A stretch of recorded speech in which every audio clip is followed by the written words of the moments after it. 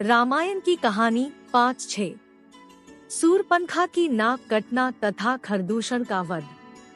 अपने वनवास के अंतिम वर्षों में श्री राम, लक्ष्मण और सीता दंडक वन में गोदावरी नदी के किनारे पर पंचवटी स्थान पर अपने रहने के लिए कुटिया बनाते हैं और वहीं पर अपने वनवास का बाकी समय बिताते हैं। एक बार जब श्री राम अपने आंगन में बैठे ध्यान कर रहे थे, तब सूर्पनखा नामक राक्षसी वहां पर आ जाती है। सूर्पनखा वास्तव में लंकापति रावण की बहन थी। सूर्पनखा ध्यान में बैठे श्री राम के सुंदर स्वरूप को देखकर उन पर मोहित हो जाती है। वह एक सुंदर रूपवती नारी का रूप धारण करके श्री राम के पास पहुंचकर उनसे विवाह का प्रस्ताव रखती है।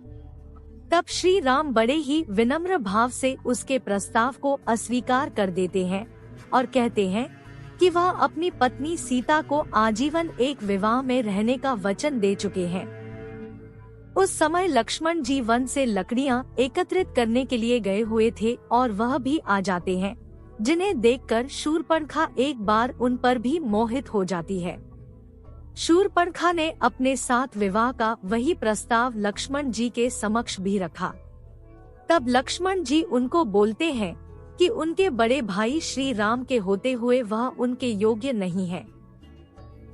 जब श्री राम और लक्ष्मण दोनों शूर्पणखा के विवाह प्रस्ताव को इनकार कर देते हैं, तो शूर्पणखा को क्रोध आ जाता है और तभी देवी सीता भी कुटिया के अंदर से बाहर निकल कर आती है।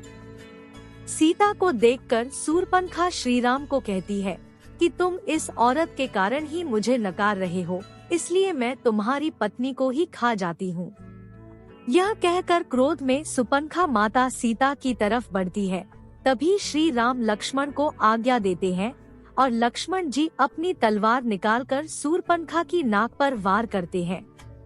लक्ष्मण जी के तलवार के वार से शूर्पणखा की नाक कट जाती है और वह रोते हुए वहां से चली जाती है।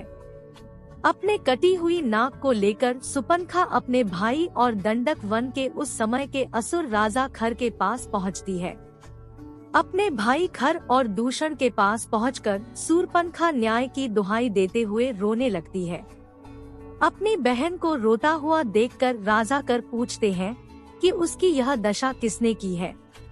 तब शूर्पणखा रोते हुए खर को बताती है कि श्री राम और लक्ष्मण नाम के दो युवक गोदावरी नदी के किनारे अपनी कुटिया बनाकर वहां पर रहने आए हैं।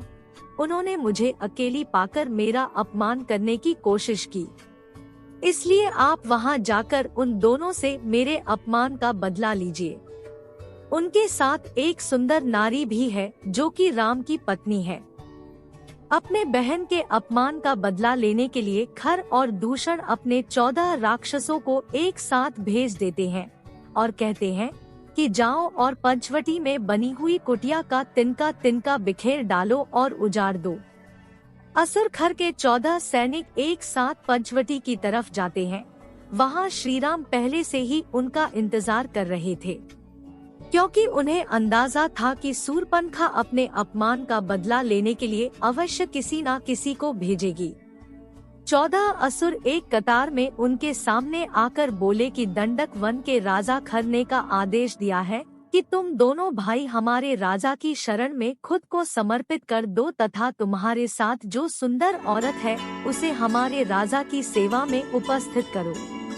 उनके यह बातें सुनकर श्रीराम ने अपने धनुष पर एक बाण साध कर उनकी तरफ छोड़ा और एक ही बाण से उन सभी असुरों का सर धड़ से अलग हो गया, जिसे देखकर शूर्पणखा चौंक गई और फिर अपने भाई खर दूषण के दरबार में आ पहुंची और बोली, रक्षा कीजिए भैया, रक्षा कीजिए। आपके भेजे हुए 14 असुरों को उस राम ने अपने की बाण से मार डाला।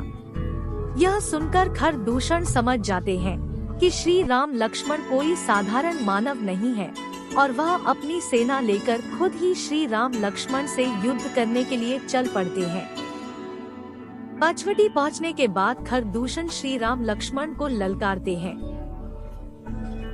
कुछ समय तक युद्ध होने के पश्चात ऋषि अगस्त प्रकट होते हैं और श्री राम को बोलते हैं कि खर दूषण परम मायावी राक्षस है, इसलिए आप अपने दिव्यास्त्रों में से मनमोहिनी अस्त्र का उपयोग कीजिए।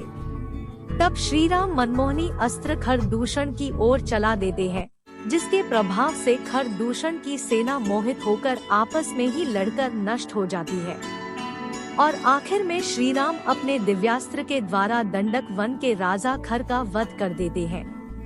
कहानी अच्छी लगी हो तो लाइक एंड सब्सक्राइब करें।